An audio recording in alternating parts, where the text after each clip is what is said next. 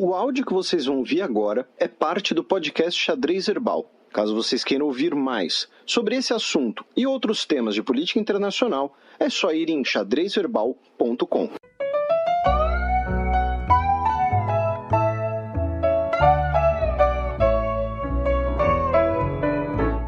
Check. Y el cafillo donde estaba cuando caíste en desgracia, el que siempre acompañaba. Não temos medo de usar a expressão doutrina Monroe, diz assessor de Trump sobre a Venezuela. Isso, essas palavras foram do John Bolton essa semana. E a gente já explicou aqui brevemente, né, que a doutrina Monroe foi delineada ali nos anos 1830, embora a expressão só tenha sido usada posteriormente. E ela basicamente, né, ela diz América para os americanos, né, ou seja, que os países americanos deveriam ter o direito de conduzir ali sua própria vida, os seus próprios negócios, sem interferência das potências europeias, né? Era no contexto do fim do colonialismo, no contexto dos movimentos pela independência. Depois... E com os Estados Unidos como regulador do continente. Isso, e depois acabou se tornando uma ferramenta ali de esfera de influência. Né? Os Estados Unidos querendo afastar os outros países. E que é aprimorada com o Big Stick do Teddy Roosevelt já na virada do século. Isso, que ali é o Big Stick, o Nicarágua, vocês vão votar direito dessa vez, hein? É. Se não votar, a gente vai invadir. Literalmente a gente vai descer o pau. Fale macio, mas carrega um grande porrete. É. E é curioso porque essa declaração do John Bolton, ela foi muito interpretada, né? E a gente já falou da doutrina Monroe aqui anteriormente, o Mike Pence já falou da doutrina Monroe, o Rex Tillerson falando da doutrina Monroe, e normalmente quando falam disso na imprensa, normalmente, é sempre numa perspectiva de um intervencionismo dos Estados Unidos. Olha, né, os Estados Unidos está, digamos assim, se dando o direito de intervir na Venezuela. Quando, na verdade, ao meu ver, pelo menos, a abordagem correta é a que a gente já falou sobre petróleo. É a gente se dá o direito de impedir os chineses aqui. Né? Não é apenas garantir o nosso quintal, mas é impedir outros no nosso quintal. Né? Isso talvez seja o mais interessante, né, de se pensar nesse caso. E aí a gente vai aproveitar, né, essa deixa. E fazendo também uma digressão histórica, não é à toa que Cuba foi tão significativa no contexto da Guerra Fria por conta disso. Sim, porque você consegue ali uma base dos Estados Unidos, um apoio soviético ali do lado da Flórida. Sei lá, cerca de 100 quilômetros da costa americana. E, Matias, só para constar, que a gente falou no bloco anterior, sim, as imagens do Rodney King sendo espancado pelos policiais estão no clipe internacional de They Don't Care About Us, do Michael Jackson. E né, o que motiva os riots de 92 em Los Angeles não foi nem o espancamento do Rodney King, foi a absolução de 4 policiais que participaram do espancamento. E aí, horas depois, começam os protestos, né, que vão durar de 29 de abril até 4 de maio de 92, vão mobilizar as Forças Armadas dos Estados Unidos, inclusive, e vão deixar pelo menos 63 mortos, mais de 2 mil feridos, mais de 12 mil prisões e mais de $1 bilhão em danos. $1 bilhão na época.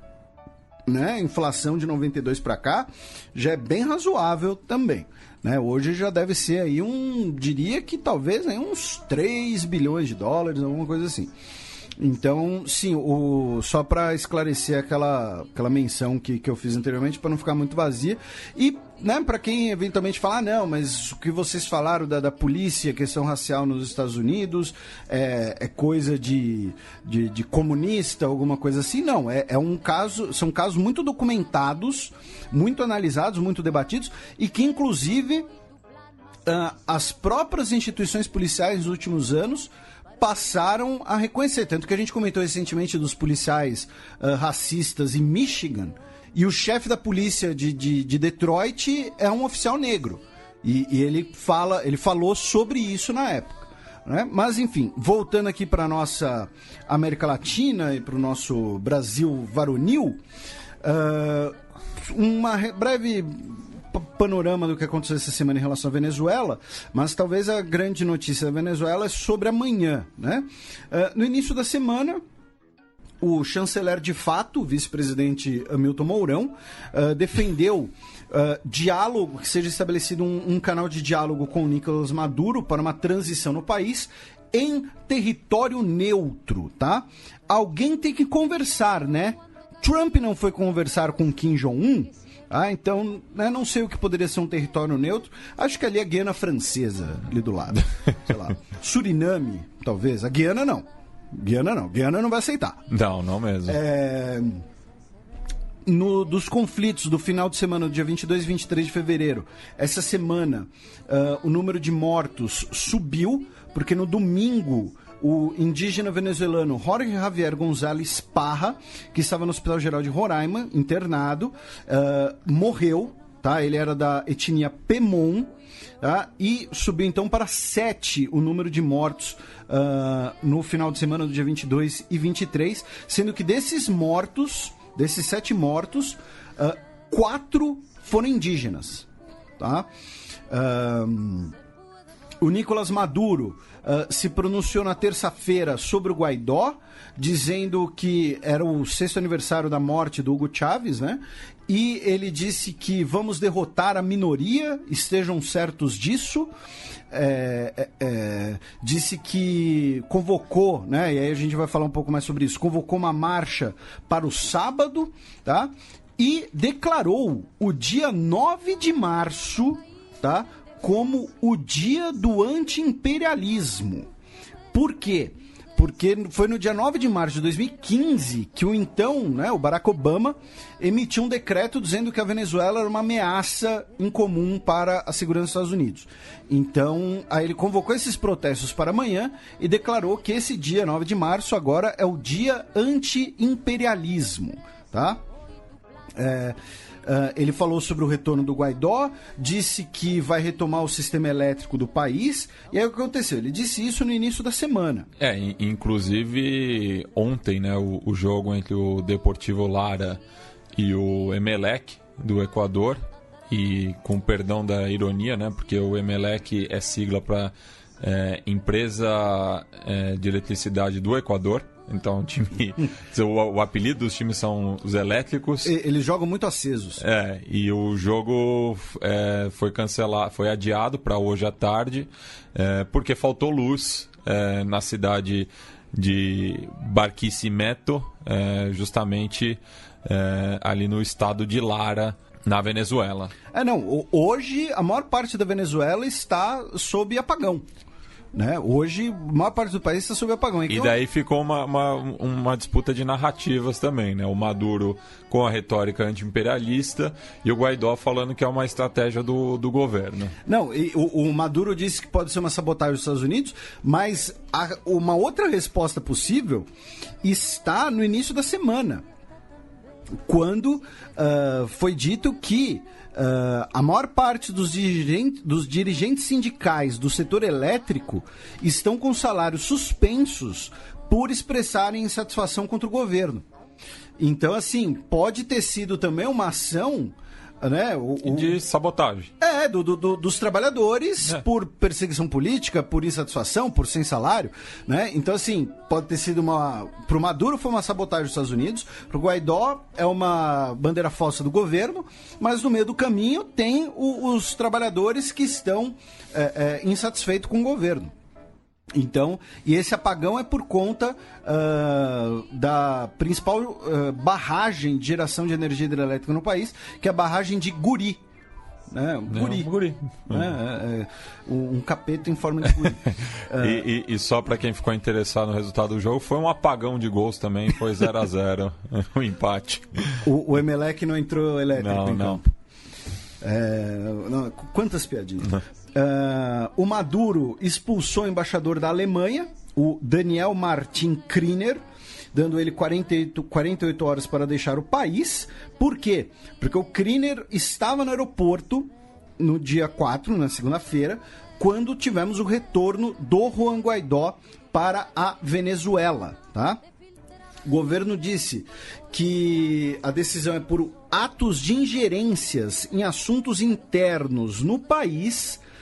A Venezuela considera inaceitável que um diplomata estrangeiro assume em seu território uma atuação política próxima de um líder político alinhado com a agenda conspiratória de setores extremistas da oposição venezuelana, tá? Mas o detalhe é que o embaixador da Alemanha não foi o único, tá, que foi ali para garantir a recepção do Guaidó. Na verdade, a argumentação deles, inclusive, era essa. A gente foi lá para garantir que o Guaidó chegasse, não fosse ser preso, não fosse ser detido, que tinha essa ameaça, e os embaixadores teriam ali, né, a sua imunidade, poderiam eventualmente agir para tentar garantir, enfim, tentar conversar e tudo mais.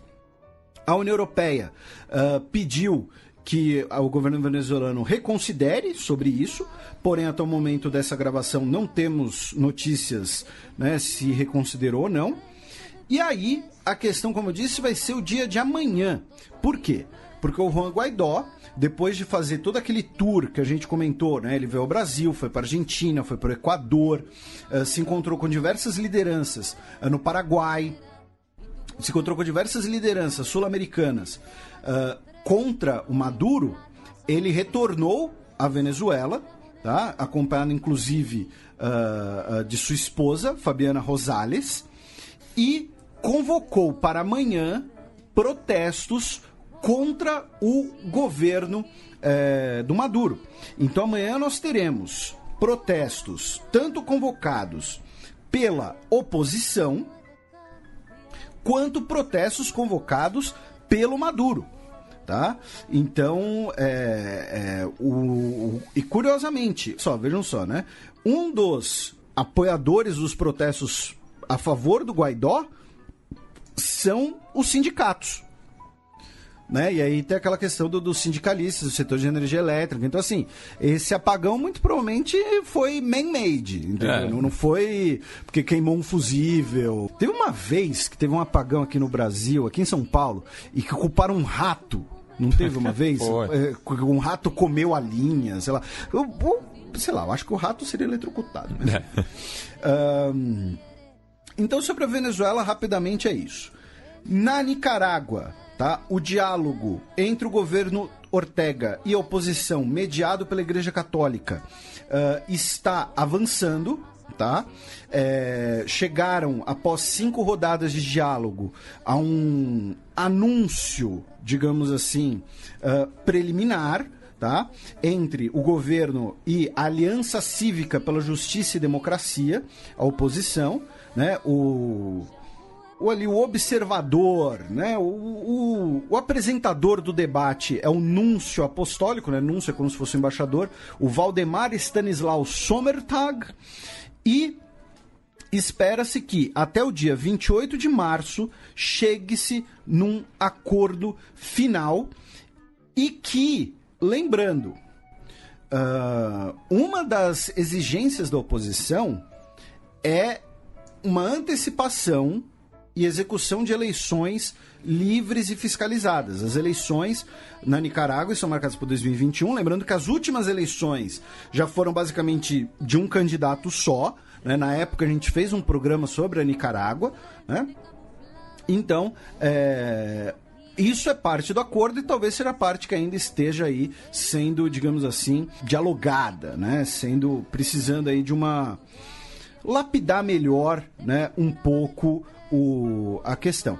E o Valdemar Stanislau Sommertag, como eu desconfiava pelo Stanislau, apesar do sobrenome final ser alemão, ele é polonês, tá? Ele foi ordenado padre no dia 30 de maio de 93 em Pelplin, tá? Para a cidade de Pelplin, na Polônia. Ele nasceu em Wircerbork, tá? Na Polônia. Então... E deve ser curioso porque o sobrenome final dele, Sommertag, né, um sobrenome alemão, talvez ele seja ali daquelas regiões que hoje são Polônia, mas que um dia foram Alemanha, né? Então ele pode ter ali uma ancestralidade curiosa. Descendo um pouquinho, vamos para a Colômbia, onde tivemos aí um caso curioso, que é o seguinte: um promotor colombiano chamado Carlos Bermeo, tá? Responsável por algumas das investigações de lideranças das Farc, teria aceitado, né, alguns presentinhos, teria aceitado aí alguma bufunfa, cerca de $500 mil, tá?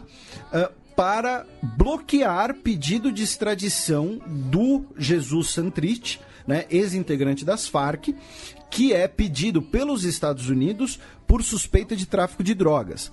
E aí, o Bermeo e 4 outros funcionários ali, imagino que do seu gabinete, foram presos em Bogotá, num hotel em Bogotá, quando estavam prestes a receber aí cerca de $500 mil.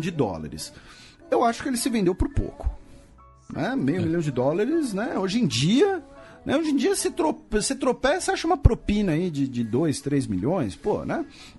Enfim, agora falando sério, né, o presidente Van Duque disse que é um caso grave, que precisa ser corretamente investigado e que é necessário, né, mais investigações. A questão é que, nesse balaio todo, um dos envolvidos é um ex-senador muito próximo do Ivan Duque, o Luiz Alberto Gil, tá? Então, pode envolver aí todo mundo, né? Todo mundo querendo ali a grana. Agora, indo para a Argentina, Felipe, a gente não pôde repercutir na última sexta-feira o discurso do Maurício Macri na abertura legislativa da Argentina em 2019, porque estávamos gravando enquanto acontecia, mas ele foi bastante criticado, né, por conta dos dados apresentados que não condizem com a realidade na Argentina, né, principalmente no tocante à inflação e à criação de empregos, né, que eram 2 das bandeiras da candidatura dele. E, inclusive, tem um compilado de dados aqui, né, de que no primeiro discurso que ele fez ao Congresso, também no 1º de março, só que de 2016, a inflação estava a 34% anual, agora está a 50%. O dólar estava a 15,58, agora está a 40 pesos e 13 centavos. A pobreza não teve uma variação tão grande. Existe ainda muita discussão em relação aos números, mas foi mal recebida, né, esse último discurso dele nesta gestão, né? Teremos eleições no segundo semestre para ver se ele se mantém no cargo ou a Cristina Fernandes Kirchner volta à Casa Rosada. Embora ela tenha sido formalizada a denúncia contra ela essa semana, né? Também. O pedido de prisão. Também. E, novamente, o Macri tirou uns dias de folga, porém teve que voltar à capital em decorrência do falecimento do seu pai, Franco Macri. O Franco Macri morreu no sábado, aos 88 anos de idade. Ele que era um dos homens mais ricos do país, inclusive, né? Inclusive, você mencionou a Cristina Kirchner, né? A Cristina Kirchner prestou condolências, enfim, publicamente e tal, né? Cumpriu ali o papel protocolar. Foi diplomática. Sim. Como se espera que seja, né, quando um inimigo político seu tem uma perda pessoal. Um adversário político, né? Não é nenhum... no caso aí... E lembrando que o Franco Macri tem diversas histórias ali, né? A gente já... Você já comentou várias vezes. Sim, a gente não vai passar pano aqui para ele porque ele morreu, né? Ele é um empresário ítalo-argentino, né? Que enriqueceu muito durante o período da ditadura militar. Um dos primeiros atos que o Maurício teve quando assumiu a presidência foi o perdão de uma dívida em relação ali a venda dos Correios argentinos, que teve participação do Grupo Macri. Então... Está envolvido na privatização da Aerolíneas também? Também, é. Então é um personagem bastante polêmico, né? Mas é o pai do presidente, então por isso que a gente está noticiando o seu falecimento. E aí, finalmente, a gente cruza aqui para o Brasil, onde nós vamos passar aqui por algumas notícias. Tem duas notícias sérias, tá? Digamos assim, e as outras notícias vocês imaginam são quais algumas curiosidades que vocês já imaginam quais são, mas assim, né? A gente tem que repercutir também. Estamos aqui cumprindo tabela. A primeira delas foi que, no início da semana, né, o atual chanceler, o Ernesto Araújo, publicou um texto no seu blog, né, o Metapolítica, atacando, né, o Fernando Henrique Cardoso e o Rubens Recupero, porque eles, na semana anterior, criticaram a atual orientação do Ernesto Araújo em relação à Venezuela, né, dizendo que a gente já falou aqui, que um monte de gente já falou, que quem está se mostrando a voz da razão nesse aspecto é o Mourão. O Rubens Recupero, inclusive, ele usou palavras bastante pesadas, inclusive, dizendo que a postura do Ernesto Araújo, ela vai contra a soberania nacional, ela é submissa aos interesses dos Estados Unidos e principalmente a pessoa do presidente dos Estados Unidos. Resumindo que o Rubens... Uma separação entre Estado e governo, sim, que é algo... que não faz sentido na diplomacia, né? E assim, o que a gente... Usando um termo que eu usei num tweet meu, quando o Ernesto Araújo deu uma minizada ali no Kim Jong-un, talvez o Rubens Recupero não tenha usado essa palavra, porque talvez ele nem...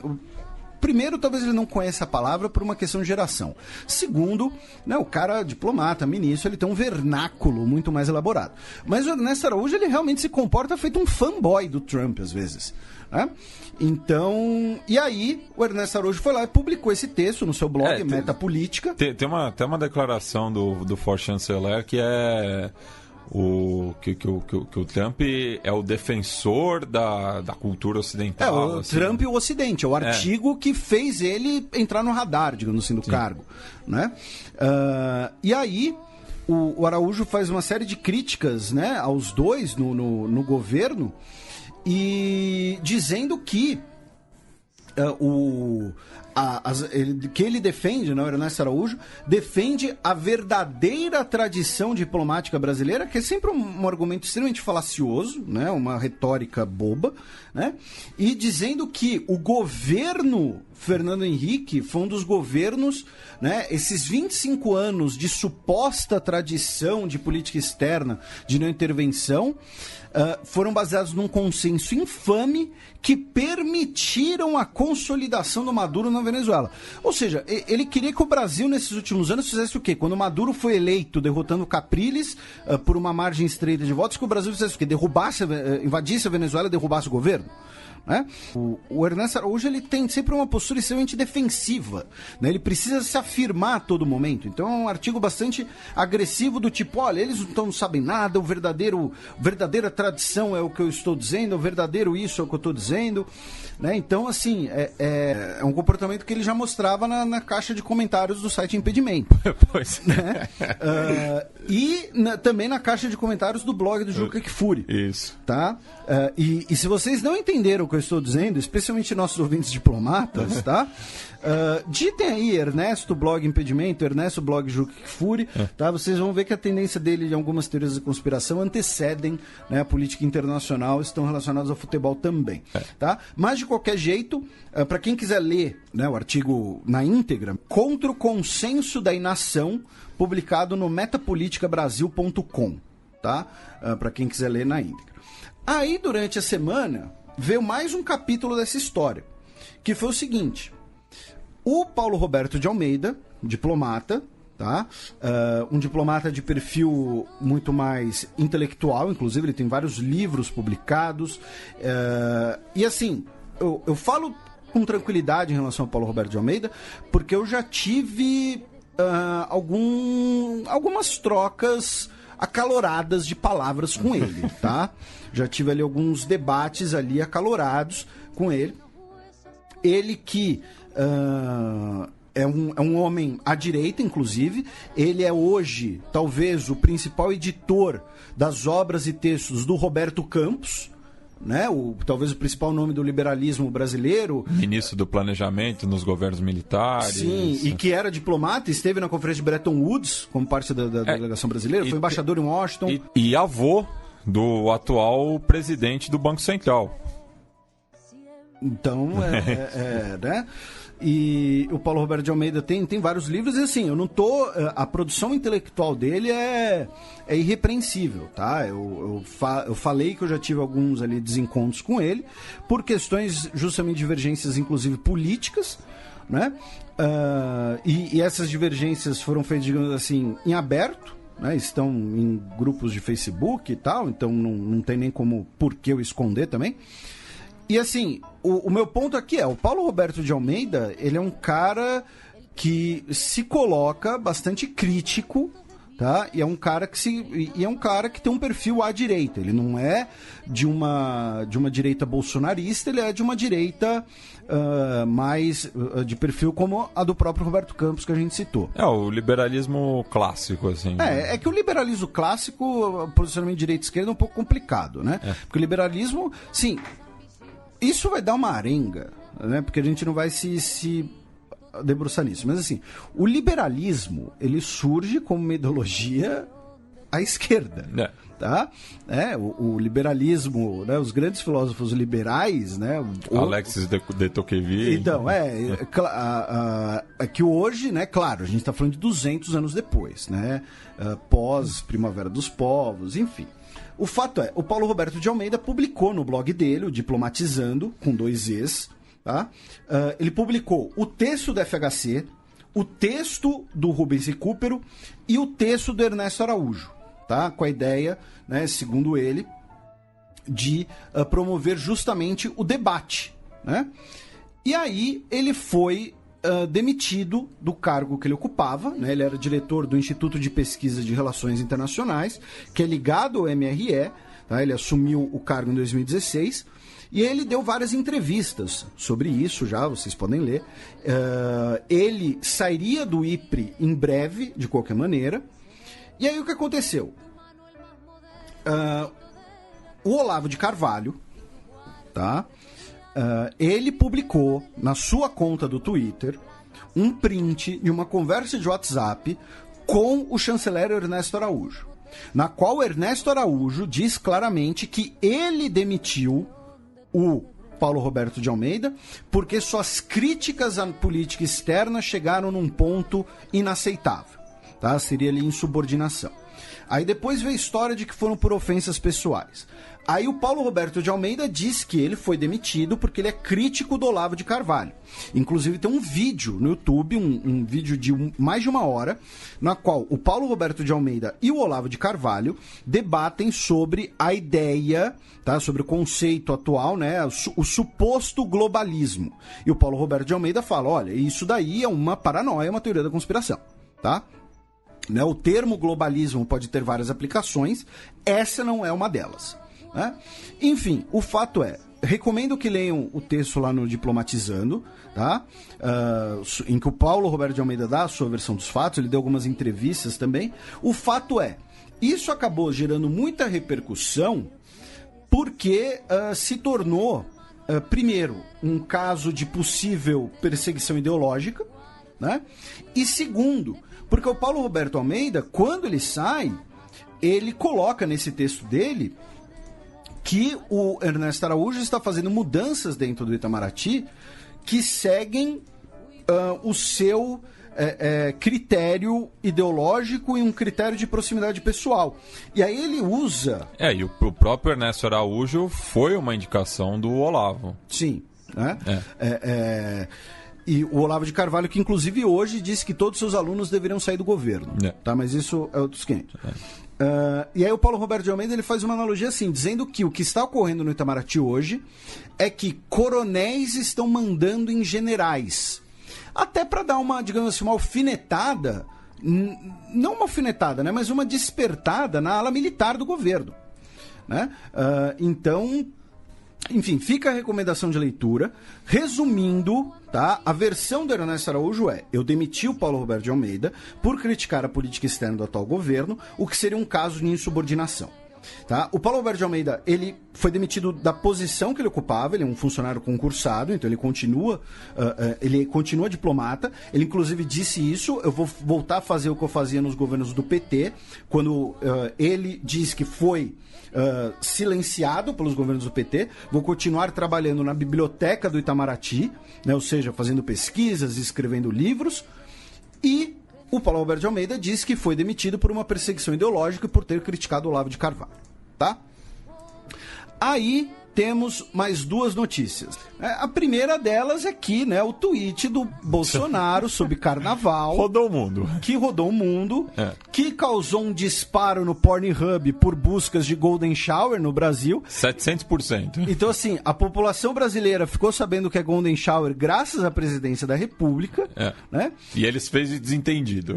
E acabou girando o mundo. Assim, então, por exemplo, o Le Monde disse que o tweet dele foi uma bomba escatológica, né? Teve, né, na mídia internacional teve um monte de notícias, um monte de curiosidades, digamos assim, né? Eu acho que quando o Golden Shower entrou no Trend Topics, o Trump deve ter pensado: o que eu fiz dessa vez? Então, assim, querendo ou não, impacta a imagem exterior do Brasil e da presidência da República. E do maior evento turístico do Brasil. Que foi inclusive algo que eu tuitei, né? Você não precisa gostar de carnaval, você pode odiar carnaval, você pode achar carnaval uma putaria satânica, alguma coisa assim. Eu, por exemplo, o Matias aqui é testemunha, eu nunca fui muito fã de carnaval porque eu não gosto nem de calor, nem de aglomeração, e o carnaval é os dois, tá? Com um pouco de chuva também. Então, assim, você não precisa gostar do carnaval para saber que o carnaval é importante, tanto para a imagem do país quanto para a economia do país. Quanto para o humor. Também. Porque se não tem carnaval no Brasil, esse país seria insuportável. Não sei se eu concordo, mas tudo bem. Não, mas, assim, é uma visão válida. Não, mas isso não só no Brasil também, porque eu até tuitei sobre isso também, né? Tem diversos eventos similares no Ocidente. Pelo mundo inteiro. E que é justamente isso, é uma válvula de escape da população. São eventos no qual acontecem excessos. Então, mas eu não imagino, por exemplo, o Trump talvez eu imagine fazendo isso, mas postando o Golden Shower no Mardi Gras. Sim. O Pedro Sanches postando lá Ibiza ou em São Fermín. A Merkel fazendo isso na Oktoberfest, então, ou no Carnaval de Colônia. Então, a analogia para mim melhor é como se a Merkel tuitasse uma galera bêbada, sei lá, quebrando alguma coisa, aprontando no Oktoberfest, falando: olha, gente, que absurdo. É o fim da civilização. Sendo que são festas que, assim, acontecem há séculos. Sim. O carnaval não surgiu ontem. E que são importantes para a economia dos seus respectivos países. E é uma questão de tradição também, né? Já que gostam de bater tanto nessa tecla. E é o que a gente... o que você também tem escrito ultimamente em relação a essa visão ingênua também de que no passado não acontecia isso. Sim. Na própria Igreja Católica, por exemplo, imagina como era um carnaval dos Borgia. Sim. Então, assim, a primeira coisa que o homem fez quando ele descobriu a tinta foi colocar a mão dele na parede. A segunda foi desenhar uma piroca. É que nós temos... Tirem as crianças da sala. E, inclusive... Aí faltou um disclaimer. Você falou do Mardi Gras de Nova Orleans. Eu até também tuitei isso. Eu tenho um amigo, não é um amigo, é um conhecido meu, baiano, né, que carnaval em Salvador, carnaval em Porto Seguro e tal. E aí um ano lá, já tem um tempo, ele e uns amigos, vamos pra Nova Orleans, vamos ver qual é desse negócio e tal. Tinha um conhecido deles lá, sei lá, alguma coisa assim. E os caras falaram que em Nova Orleans o bicho pega mais do que em Salvador. Né? Quando eu digo bicho pega, é ofensa aos bons costumes e à moral. Teve um ouvinte também que escreveu em resposta no Twitter para mim falando que no Mardi Gras, por exemplo, aqui no Carnaval em São Paulo, pelo menos eu passei por diversos blocos, muitos familiares também, e quase não vi nudez assim explícita. Explícita. Mas o Mardi Gras, a tradição justamente é você jogar um colar para uma desconhecida para ela mostrar os peitos. Sim. Né? E é uma tradição da cidade da Louisiana. Então, assim, é complicado, acabou pegando mal, claro. Vão ter vários ouvintes nossos que vão achar que a gente está pegando no pé e que, assim, e de certo modo, eles têm um quê de razão, e, por exemplo, em achar que o que o Bolsonaro mostrou seja um absurdo de acontecer em público. Ok, ninguém está pedindo para você concordar com o Golden Shower. Inclusive o fato de comentar como é escatológico o presidente da República compartilhar aquilo já é uma crítica ao que está acontecendo no vídeo. Né? Ninguém tá falando, porra, Bolsonaro, é isso aí e tal. Né? Claro, se ele tivesse compartilhado uma coisa mais comum, sei lá, uma mulher com os seios de fora, por exemplo, no carnaval. Né? Porque você olha pra Sapucaí, pro AMB e tal, isso daí né? Não vamos lembrar, não vamos esquecer daquele grande momento do carnaval na Rede TV, em que, né... Do Anos Verde. Exatamente. Né? Então, assim... E outra questão também, Felipe, porque ao fazer isso, né, o que era uma coisa restrita as pessoas que estavam presentes nesse bloco, e que inclusive tinha um nome sugestivo de Bloco. Então, assim, é um bloco, por exemplo, você pega ali a lista... Não era bloco infantil. Você não vai com a sua família no bloco, porque, assim, se você teme que seus filhos vejam nudez explícita, você não vai levar ela. Então, era restrito ali para aquele ambiente. A partir do momento que ele posta isso no Twitter, no qual ele tem mais de 3 milhões de seguidores, e sendo presidente de uma das maiores economias do mundo, e de um dos países que está no imaginário global também em relação à sexualidade... Sim. Você potencializa isso. Então, você, na verdade, criticando explicitamente o que aconteceu, ao invés só de fazer textualmente, você colocando o vídeo na postagem, você está potencializando isso. Sim. E aí você não pode reclamar quando nos Simpsons eles retratam as apresentadoras infantis do Brasil como atrizes pornôs.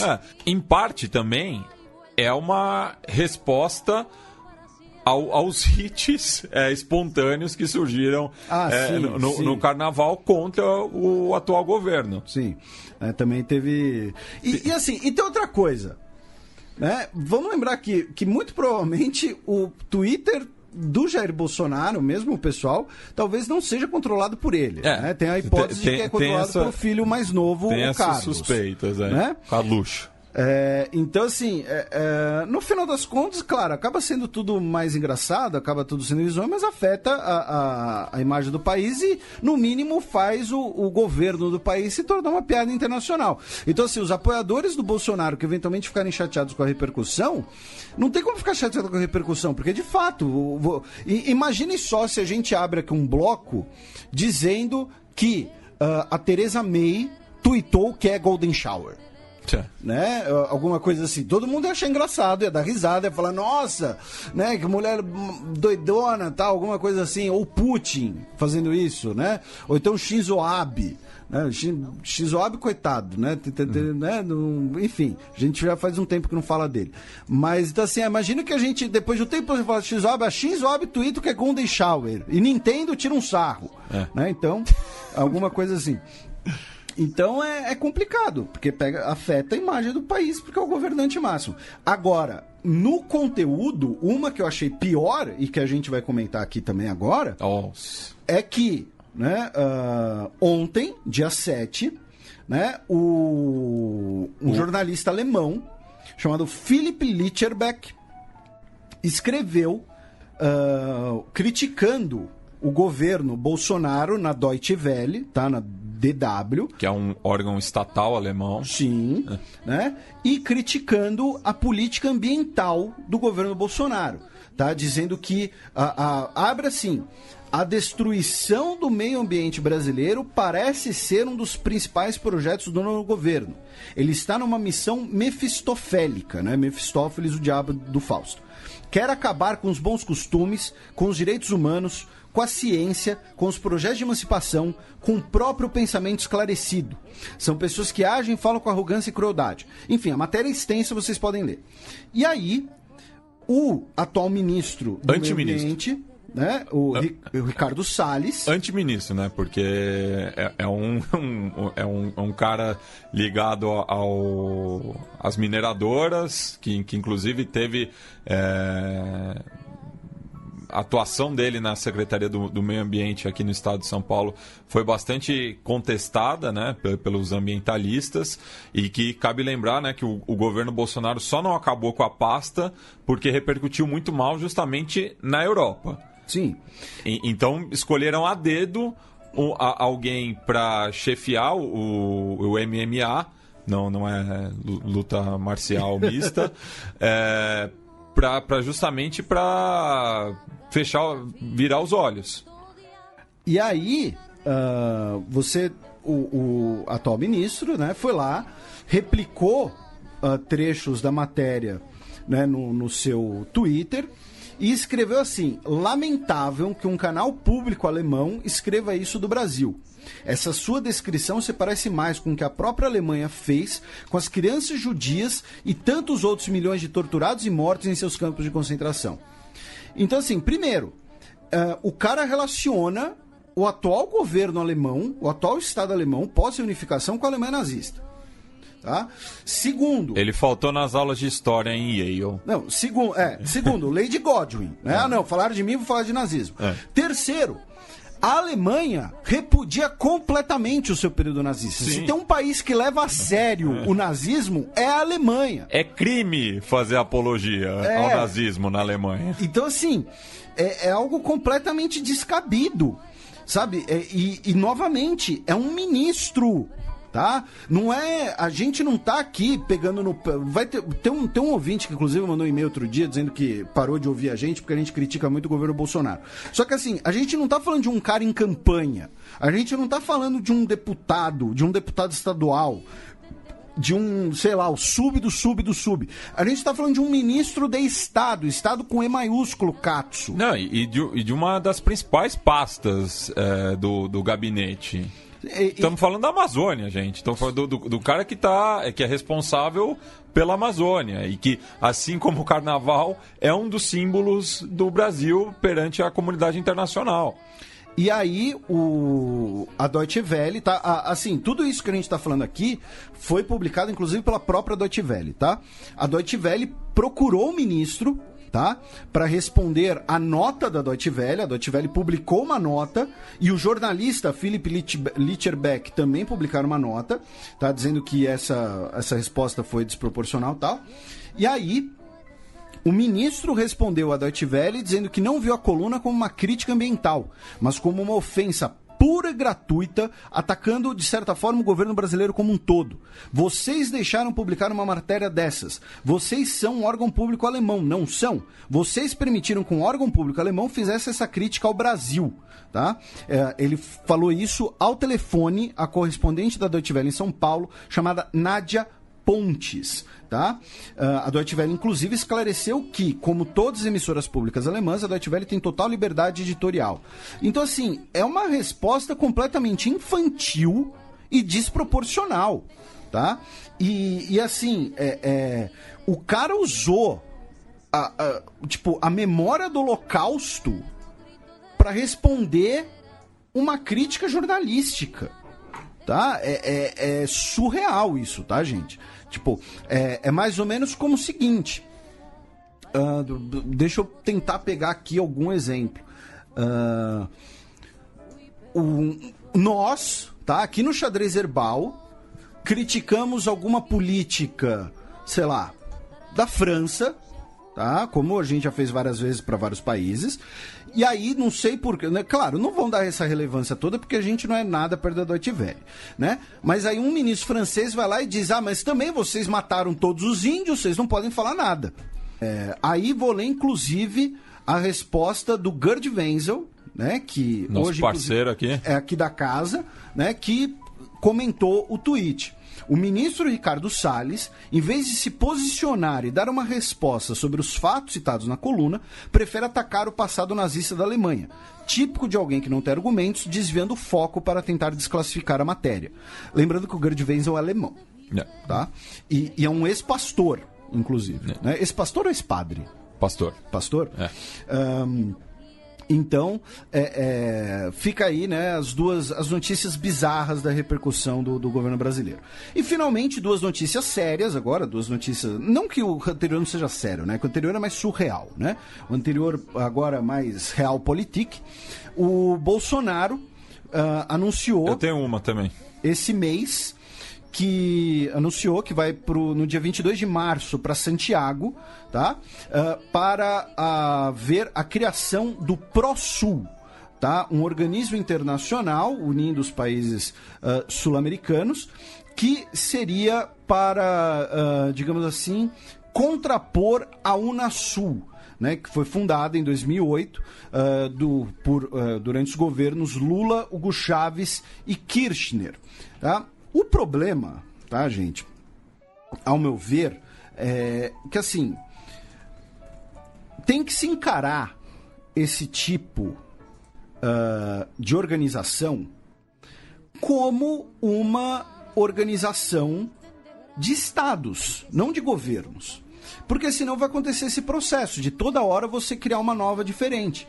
E é um processo que já ocorre. Tá? Você tem a CELAC, aí você tem a ALAD, aí a Unasul foi criada para ser uma cooperação política, aí você vai criar a ProSul, porque a Unasul, na verdade, seria de esquerda, quando você deveria encarar essas associações como associações de estados. Né? Ou seja, associações que vão existir independente da ideologia política dos governos naquele momento. Claro, com cláusulas democráticas, né, para impedir o sequestro, né, dessas organizações por países não democráticos e outras pautas. Mas assim, você olha o número de instituições criadas na América do Sul e na América Latina desde a década de 1960, é completamente desproporcional, é enorme. Tá? Em vez de você ter a solidificação de uma entidade, você toda hora fica criando uma diferente, porque a anterior é muito de esquerda, a anterior é muito de direita, a anterior é blá blá blá. Então, assim, é complicado. E também, hoje, né, nós tivemos um evento de entrega de credenciais, né, o credenciamento de embaixadores estrangeiros, né, quando os embaixadores chegam e entregam suas credenciais à presidência da República, e aí o presidente Jair Bolsonaro, com o novo embaixador chinês no Brasil, né, o Yang Wanming, o Bolsonaro disse que fará uma viagem à China ainda esse ano para melhorar a relação e